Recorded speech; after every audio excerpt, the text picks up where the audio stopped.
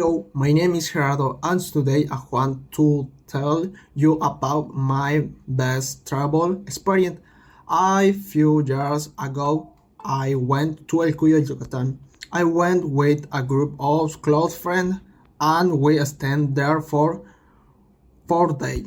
It was an amazing experience, and staying is outlet that was very close to the beach, so they could see the ocean every morning. What I liked the most about the El Cuyo was the peaceful vibe, the crystal clear water. The beach was perfect for relaxing and having fun.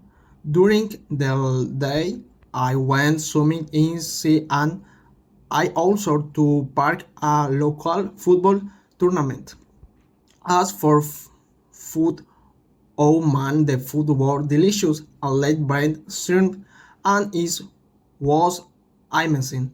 Likely nice, but however during the trip no asking it of problem everything went suddenly. Before we left about a souvenir Sandermin bracelet for a local shop.